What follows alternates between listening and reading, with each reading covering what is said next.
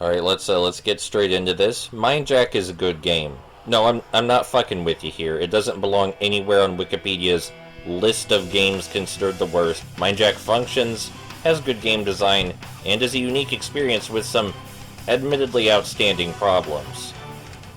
The Mind Slave system, where you can instantly make AI partners out of downed enemies, is fantastic.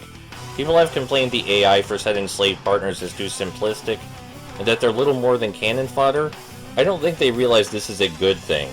Any enslaved characters easily draw enemy fire away from you, allowing you to move between cover easier and get closer to the guys you're trying to shoot, so you can deal more damage and mind slave those guys next. So yes, the enslaved enemies do march toward their death like idiots, but that's only a good thing in this circumstance, because they can take a few bullets and they're actively drawing aggro away from you.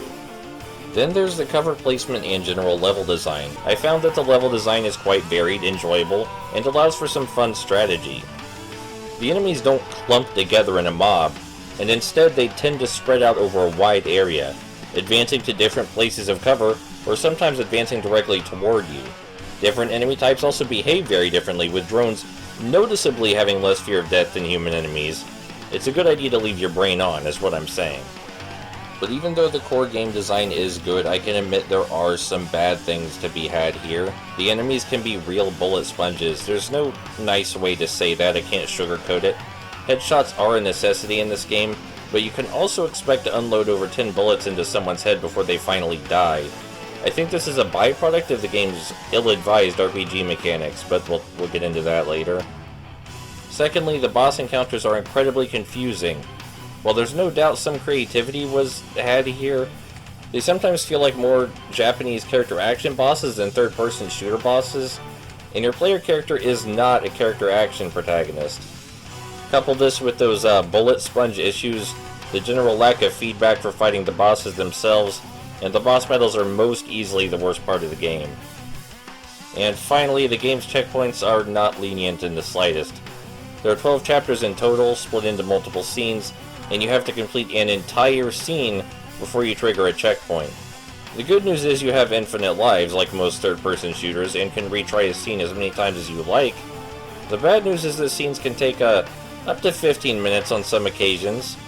I personally liked retrying the scenes to try and solve them like a puzzle, but obviously mileage may vary immensely.